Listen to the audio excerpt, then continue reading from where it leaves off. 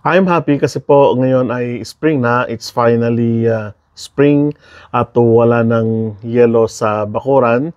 Pwede tayong maglinis-linis dyan at medyo masarap na rin ang simoy ng hangin. It reminds us na paparating na ang summer at magbo-bloom na yung mga flowers, and of course yung mga trees natin ay magiging mayabong na naman ngayong parating na spring and summer.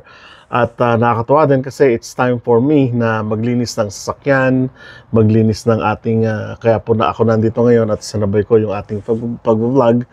At time for me na din na linisin itong ating garahe, magwalis dito kasi makapal na itong alikabok dito sa loob. And speaking of weather, baka isa ito sa mga dahilan kung bakit ayaw ng mga kababayan natin na magtungo dito sa Canada. Well, that is their thinking, that is their paano we have to respect that po, no?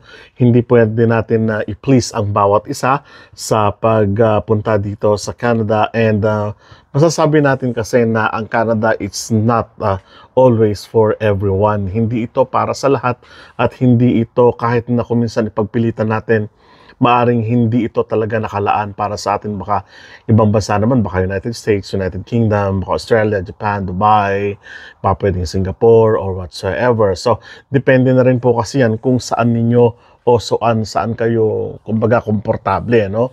So, nasa sa inyo po yan kung papaano nyo naman susuportahan ang inyong pangarap, no? Sabi ko nga sa inyo, this is a dear dream of my wife na makarating dito sa Canada, at kumbaga ay sinuportahan ko lang yung aking asawa. And ayun, sa unang mga bahagi, sabi ko nga parang nalungkot ako dahil nawala yung profession ko as a teacher, at as a kumbaga komportable ako doon sa Philippines. Pero dumating yung panahon na unti-unti kong minahal, at ngayon ay namumuhay kami ng mapayapa. Sabi ko, by the grace of God, masagana dito sa Canada. At yan ang ating pag-uusapan ngayon, kung bakit nasabi natin na ang Canada ay hindi po talaga para sa lahat. Well, let's accept the fact na kahit nagustuhin man natin, kung hindi ito nakalaan, hindi ito bubukol. Sabi nga ng mga katagulugan, ano? Hindi ito nakalaan, hindi ito makakarating, o hindi ito daratal sa iyo, kumbaga, no? May mga ibang factor o mga ilang factor, no? Hindi lang naman yung qualifications kasi ang kumbaga, bakit masasabi natin na hindi ito para sa lahat po. Pwedeng maging attitude yung factor kung bakit hindi ito masasabi natin na para sa lahat, o yung iba nakarating na pero negative pa rin ang pagtanggap nila sa Canada. Well, I think it's not the Canada who will gonna accept you, but it's you who will gonna adjust for this country, no? At marami tayong nakilalang ganito. At through sa ating vlog ay papakilala natin yung iba't ibang kaugalian. So, ibig sabihin, more on behavior and attitude yung ating pag-uusapan ngayon. It's not more on qualifications na isinet ng IRCC o ng CIC of Canada o ng Canada itself para makarating dito. Doon naman tayo sa soft side. Pero malaking factor ito para magustuhan mo, hindi magustuhan, o ayawan mo ng tuluyan ang Canada. May 6 na reasons po tayo why Canada is not the place for you. At hinalo po natin ito sa panulat ni Majid Kazmi ng CanadianImmigrant.ca. At ang number 1 factor po na isinilista niya dito, marahil, sabi niya dito, it is a new reality and you don't get it. Totoo po yun, it is a new reality for you but you don't get it. Isang halimbawa po dito, yung nakwenta ko na po siguro dito sa vlog natin, nung bago pa lang kami dito, that was 2015, nung ina-apply ko po yung aking ICAS dito sa Open Door Society, may nakasama akong isang nakasabay na isang ale, at medyo may edad na rin. At yung nauna yung asawa niya dito bilang isang kumbaga line cook dito sa isang restaurant dito sa Canada.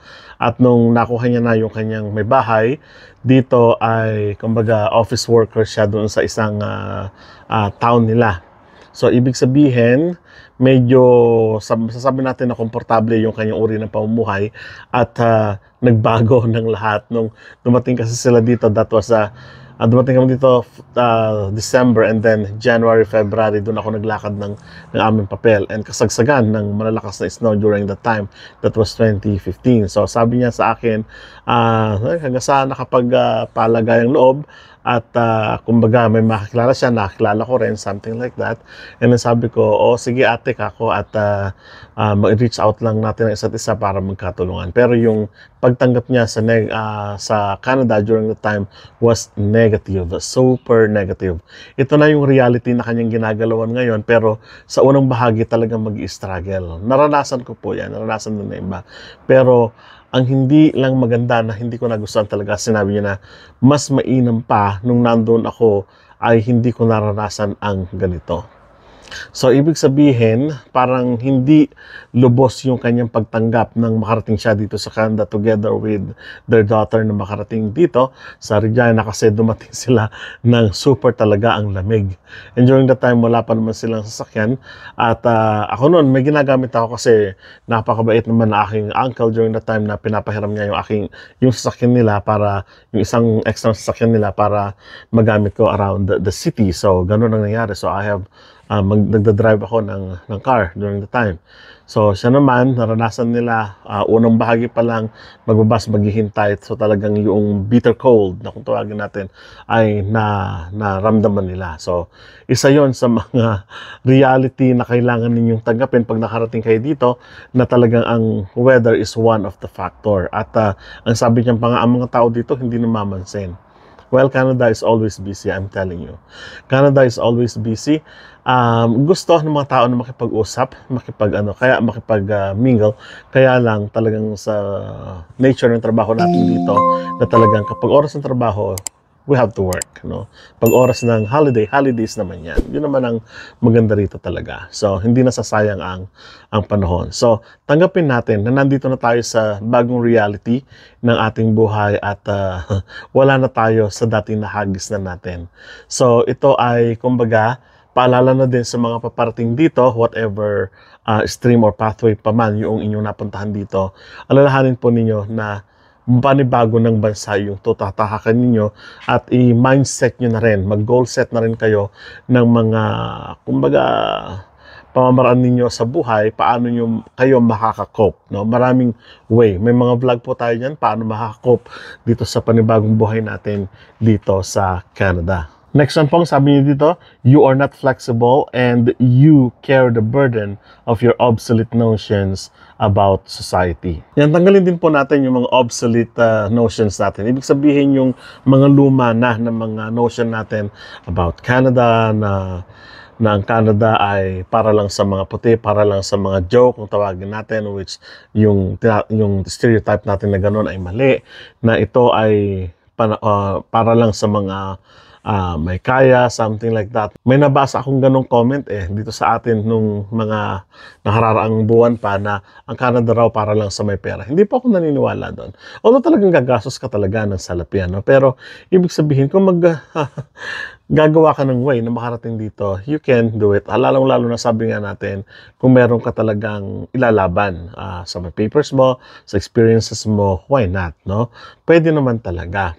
Marami tayong mga nakakausap dito ng mga kababayan natin na wala naman talaga silang salapi. Meron pa nga nag-comment, sabi niya ay parang $200 nung nakarating siya dito from Middle East So, ibig sabihin, hindi kailangan talaga ng sobrang laking pera para makarating ng Canada. Yung obsolete notions kasi natin, yung naghihinder sa atin para makarating tayo dito sa Canada. And of course, wala naman akong kamag-anak dyan. Yung mga tito ko at tita ko na nakaunang nakarating dito, wala naman sila mga kamag-anak dati, no? May isang family pa nga dito, ang kilala lang talaga ako na nag-YouTube dito sa Regina, no? Ang abot ng pasasalamat niya every month yun. Hey, Kuya Rod, nasaan ka na? Thank you very much. So, I am grateful na kahit pa paano nakatulong ako, nakapagbigay tayo ng positibong pananaw at nakapagbigay tayo kahit pa paano ng kaunting ideya sa kanila para nang sa ganon yung pamumuhay nila dito sa Canada ay maging meaningful naman, no? So, sila ay yung halimbawa. Buong family walang kilala dito. Kung may kilala man sila, long distance friends, relatives, na hindi naman talaga nila close. So, parang sabi nila, parang wala din talaga kaming kilala kasi bibigyan sila ng tip, hindi din naman nila alam yung process ng ganito kasi ibang city naman sila, something like that. So, ako lang yung minessage nila kasi ako lang nga yung kilala nila dito sa Regina. So parang gano'n. So, ibig sabihin, And more to that, hindi naman natin kailangan isipin na kapag nandito at nagpunta tayo dito, katulong tayo, tagahugas tayo ng inodoro, nagtatrabaho tayo sa Tim Hortons. Oh, yan, mga yan, Tim Hortons lang yan. Parang mga ganong konsepto. Obsolete notions, no? Na hindi ka na parang ang thinking pa ng ilan kung minsan parang wala ng karapatan doon sa pag-unlad, parang gano'n. No? Yung mga notion na gano'n ang magpapahirap sa atin kung bakit naghihinder o nahihinder yung pangarap natin na makarating na doon sa pangarap natin talaga. No? Kahit na hindi man Canada yan, no? Kahit na sa ibang bansa pa yan, yun yung mga maling kaisipan natin kung minsan na parang nadidegrade yung pagkatao natin kapag humawak tayo ng inodoro, yung kasi yung notion natin mga Filipino na dapat nating tanggalin na natin yun, no? Hindi naman po pwede na rags to riches, from riches to like being a millionaire, a king, something like that. Hindi naman ganun ang buhay, no? Well, may mangyayaring mga ganyan, but what I mean is, hindi naman ganun yung reality sa mga karamihan, sa mga kababayan natin. Talagang nagpupursige, talagang nagsisiphayo naman talaga yung mga kababayan natin para marating din nila yung kanilang mga pangarap, no? So, bad thinking ang naghihinder. Bad attitude. Talaga yon yung bad notion natin, no? Pag nakapagpatayo na ng bahay, ginamit ng katawan yan. Alam mo ba yung kwento ng tao na yon? Bakit mo nasabing ganyan? Taga-kiskis ng inodoro yan. Kaya nakakuha ng ganito yan. Alam mo ba yung kwento niya? For real? So, tanggalin natin yung mga ganong konsepto natin. Obsolete notions. Okay, another one po, you are innately negative and you are surrounded yourself with people like you. Ito na, marahil yung lagi nating nininegate kung minsan, paragi tayong kung minsan ng mga kabilang kababayan natin, negative. Yun sa pagko-comment lang ng ilan, napaka-negative na, naka-negative na. Yung ilan, kaya yung iba, to be honest po, ay umalis kami sa Pilipinas ng hindi kami nagpa-party, wala kaming despedida, parang ganon. So, pinili namin mag-asawa na hindi magkaroon ng despedida. Pero sa institusyon na kinabibil sa school namin, hindi nila kami pinabayaan na makaalis ng bansa nang hindi sila nagtotro ng party para sa amin. Hindi kami nagtro ng party para sa kanila. That's why I am very happy, joyful, glad, happy, thankful, lahat-lahat na meron akong family sa school na talagang minahal nila ako bilang isang tunay na pamilya at ganoon din ako sa kanila. Pero doon sa bahay namin, nagkaroon lang kami ng konting salo-salo but our family. Pero i-invite namin yung ibang kapitbahay namin, something like that, hindi na po. Kasi aminin man natin at hindi, may mga tao na ayaw na, kumbaga, nakikita kang umuunlad. So, yun ang iniwasan namin. At ayaw ng tao na nakikita kang, kumbaga, o naging maalwan yung buhay. And they will curse, they will talk behind you, something like that. At ayaw din namin mag-impose na, kumbaga, parang mag-iwan ng negativity sa buhay nila. Ganun din sa mundong ginagalawan natin, kahit nga sa social media, sabi natin may mga negatibong tao, negative. Ang kanilang pag-iisip, yung mga taga-Canada, mayabang yan. Nag-post ka ng picture, mayabang na daw. Nag-post ka nito, yun yung mga tao na ayaw tanggapin sa sarili na may mga taong umuunlad dahil sa pagsisikap, no? Yun yung mga taong ayaw nilang subukan yung naranasan ng iba para naman sila ang umunlad. Well, baka hindi naman kailangan nilang pag-unlad, So, wag na nating isipin yan. Pero, ang katotohanan yan, may mga tao na hindi nakararating sa kanilang pararoonan kahit na hindi pa pag-abroad yan, kahit na hindi pag-Canada yan, kundi sa pagtupad ng kanilang pangarap. It's because may negatibo silang pag-iisip and at the same time, pinapalibutan nila yung kanilang sarili ng mga negatibong pananaw. Okay, another one po dito, sabi niya, you cannot own your decision and do not have the courage to take the blame. Ito, aminin natin, may mga pagkataon talaga sa mga kababayan natin, sa buhay ng mga kababayan natin, na yung pag-abroad nila, imbes na magtagumpay ay nag-failed. We don't know the reason behind. Pero may mga ganyang pagkakataon talaga, Ito yung iniiwasan natin na, paano pag nag-fail ako? Paano kapag hindi nagtagumpay yung plano namin, Hindi tayo risk takers. Ang mga Filipino talaga, mayroong tendency talaga na Siyempre, dahil siguro sa hirap ng buhay ay medyo mahihirapan sila na, eto na lang kayamanan ko, dadalhin ko sa Canada. Ipagpapalit ko yung ganito ko sa pera para may pera kami sa Canada, something like that. Ibebenta ko yung bahay ko, yung mga ari-arian ko para makarating ng plane ticket papunta ng Canada. Kung minsan, may mga kababayan tayong gano'n na talagang, dito lang ako, komportable na ako dito, may bahay ako dito, something like that. Pero okay naman, no? Talagang okay naman yan. Pero, natutuwa ako sa mga kababayan natin na kapag sinasabi nila, alam mo Kuya Rod, ito na lang yung kalabaw ng tatay ko, hiniram namin para isang la. Makwento pa rin ganyan, totoo po yan. Yung makakilala natin, nakakausap natin, no? Alam mo Kuya Rod, yung isang hektaryeng lupa namin, tininda namin para may pang plane ticket kami na buong family, something like that. So at balak namin kunin uli, parang na isang la, parang gano'n na ibenta. So nakakatuwa na pag talagang yung mga kababayan natin may makaisipang ganon, they are risk takers. Pero may mga ilan na hindi nakararating, it's because they don't want to be like blame at the end of the day. Na hindi natin sila masisisi kasi ayaw nga nilang ma-blame doon sa pagkakataon na yan. Pero kung gagawa naman siguro tayo ng nararapat at karapat-dapat para magtagumpay tayo, siguro naman masusurpass natin yon. For instance, I will give you an example.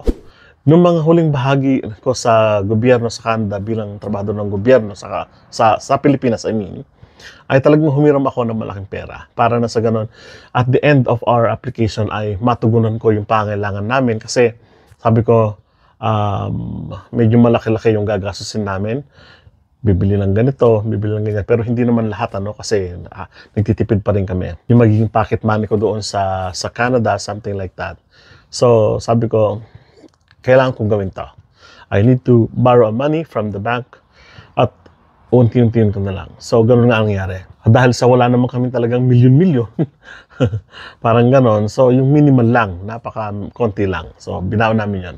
Pagdating namin dito, sabi ko, kailangan na natin bayarin ito. So, binayaran namin. At pinahiram naman kami ng bank dito para matugunan namin, ma-zero-zero namin yung balance namin doon sa Pilipinas during that time. So, ganun po ang nangyari. So, risk-taking. Mag-risk ng kaunti para na sa ganun ay magtagumpay, no? Hindi man forever na yung in-apply mo dito, yung ka na lang, no? Hindi tayo mananatili na lang doon. So, aangat at aangat pa rin tayo.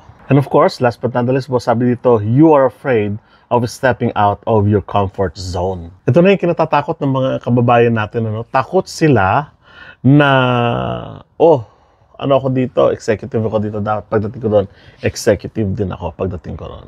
Maraming tayong kwento tungkol dyan, hindi ko na elaborate pa yan, alam nyo na po yan. But, sabi ko nga, kung risk takers ka, o kaya naman ay talagang ina-accept mo yung mga challenges, pwede naman talaga na yung trabaho mo sa Pilipinas, maging trabaho mo dito. One step at a time. Takot lang po kasi tayo na nandun na tayo sa comfort zone, babalik pa ulit tayo. Hindi natin alam yung hagdan na lilipatan natin, mas mataas pa pala yung magiging steps natin. Diba? Katulad po namin mag-asawa. Ako na lang personally. Sabi ko nga, although ako ay nagtatrabaho sa gobyerno during that time, pero pag may time na may sakit yung aking, let's say, ang aking tatay, ang aking mga kapatid ko minsan, ay siyempre takbuhan din tayo. Saan ako kukuha ng mga ganong kalalaking salapi? Utang sa bangko, GSIS, Pag-ibig, kung may PhilHealth, itatapat yung PhilHealth para sa ganun mabawasan yung gastos sa hospital. Pero sabi ko, kailangan natin gumawa ng way para hindi tayo palaging ganito. So, exactly, sabi ko nga, pangarap din pala ng may bahay ko na makarating dito. And at the same time, in-invite kami ng aking uncle, so napunta po kami dito. Sabi ko, hindi lang pa pwede na ako yung nandito. Para magaan na ng lahat, kailangan invite ko rin yung aking mga kapatid. So, invite yung mga kapatid.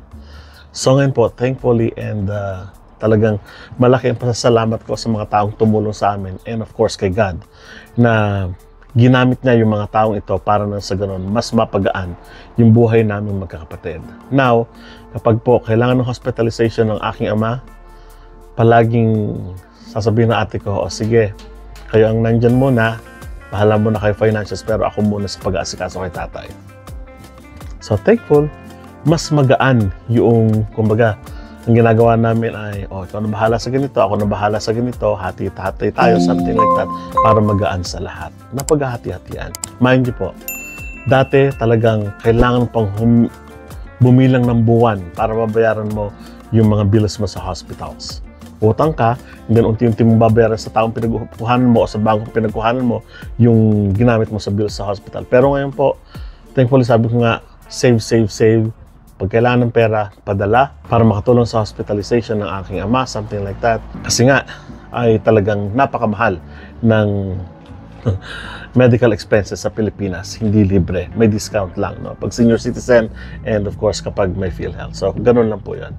So, hopefully ay nagkaroon kayo ng, kumbaga, bagong pananaw, mas positibong pananaw. Bagkus doon sa ating pinag-usapan na, kumbaga, negatibo yung pagtanggap ng mga ilang kababayan natin. Pero, hayaan natin sila. Yun yung kanilang pananaw. Pero kayo, ng mga nangangarap dito, you are free na tupadin yung inyong mga pangarap. So maraming salamat po. Kita-kita po tayo sa mga susunod na vlog. Hanggang sa muli po.